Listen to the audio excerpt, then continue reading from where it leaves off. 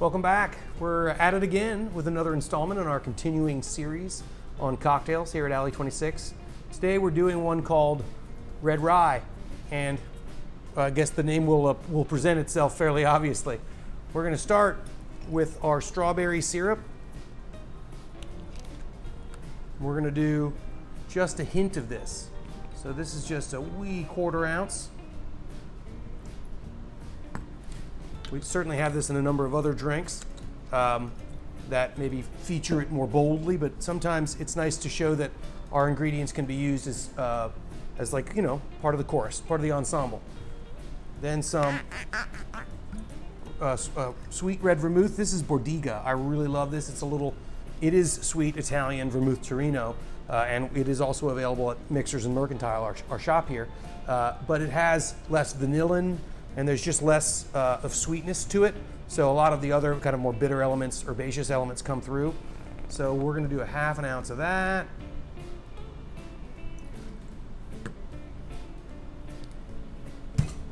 There we go. We're gonna do a couple ounces of PEYCHAUD'S. That's the bitters of New Orleans. You can see also adding to our parade of red products here. Now, we're not making the drink with red products so it'll look red. We're making the drink with these products because they all taste good. So 1, 2, 3 of those. Now, PEYCHAUD'S bitters, as opposed to, say, Angostura aromatic bitters.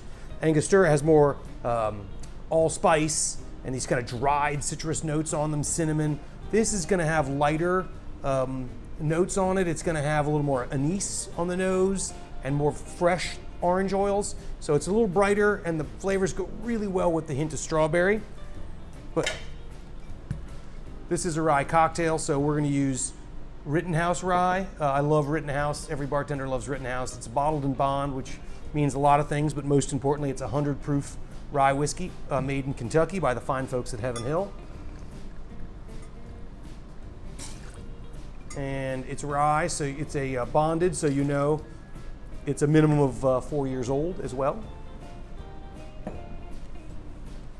we're going to give that a quick, make sure we know where it is.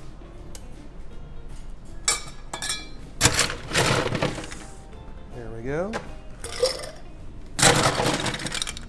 Now this is one of our new mixing vessels here we have, and as you can see, if you're having company, you can make up to 3 nice spirit-forward cocktails at one go.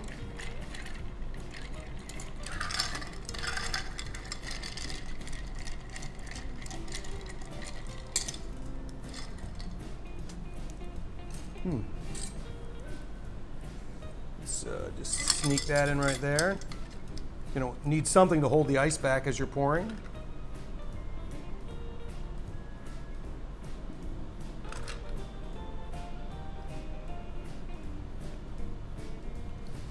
There we go. And we're gonna give this an orange twist. I like a little channel knife like this. We've shown this before. Make sure your fruit is, the skin of your fruit is in good condition and it smells good, because that's really what you're using it for. And when you are running your little twist around here, you're using your channel knife, make sure all the oils are covering the top of the glass. The thing that's so lovely about an orange twist is the peel and is the nose from the oil. So try to get them all on top of your glass if you can. Red Rye.